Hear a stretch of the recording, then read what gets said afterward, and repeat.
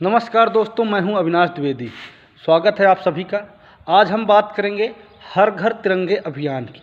हर घर तिरंगा अभियान 13 से 15 अगस्त के बीच चल रहा है, तो इसके बारे में हम चर्चा करें कि असल में हर घर तिरंगे अभियान का मतलब क्या है। केवल घर में तिरंगा लगा लेना और अपना डीपी शेयर कर देना तिरंगे के साथ, इसका असल मायना ये नहीं है। तिरंगे का असल मायना ये है हर घर तिरंगे अभियान का कि आप तिरंगे के लिए जो अपने कर्तव्य को समझें, तिरंगे के प्रति अपने जिम्मेदारी को समझें।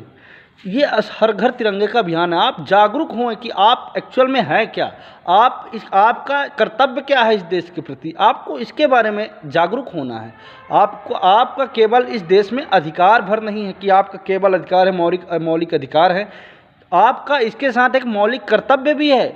आप देखेंगे 11 मौलिक कर्तव्य हैं हमारे।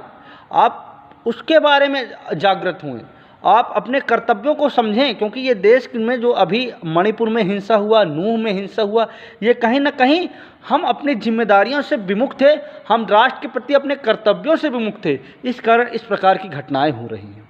आपको समझना होगा कि ये देश केवल संप्रदाय में संकुचित नहीं है, यह केवल धर्म में संकुचित नहीं है, यह देश सर्वव्यापी है।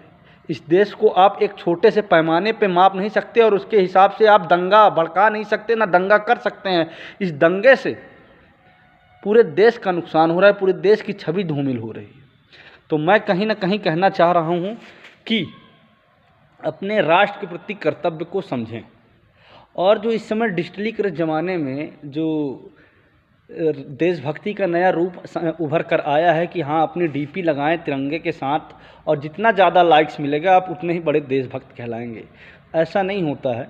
इस समय जो देशभक्ति का महाकुंभ चल रहा है अगस्त के महीने में कि हाँ, ये फेसबुक रूपी गंगा में आप पोस्ट रूपी डुबकी लगाइए और देशभक्ति का पुण्य प्राप्त कीजिए। तो अगर आप देशभक्ति को ऐसा समझ रहे हैं तो ये ऐसा नहीं होता। हमको हमारे पूर्वजों के बलिदान को समझना होगा। हमारे जो क्रांतिकारी थे, उन्होंने जो इस देश को स्वतंत्र कराने के लिए जो संघर्ष किया है, उसके मायने को संकुचित मत कीजिए। जिस राष्ट्र को प्राप्त करने में हमको 250 से 300 वर्ष लग गए, अब हमको उसके लिए उस राष्ट्र की स्वायत्तता को बनाए रखने के लिए, स्वतंत्रता को बनाए रखने के लिए अथक प्रयास करने, हमको अपनी जिम्मेदारियों को समझना है। तो मैं आप सभी से यही कहना चाहूँगा कि रियल देशभक्त बने, अपने कर्तव्यों को समझें और इस राष्ट्र के प्रति अपने जिम्मेदारियों को समझें। इसी के साथ सारे जहाँ से अच्छा हिंदोस्तां हमारा, हम बुलबुलें हैं इसके, यह गुलसिता हमारा। इसी के साथ जय हिंद, जय भारत। 15 अगस्त की सभी को शुभकामनाएं। जय हिंद।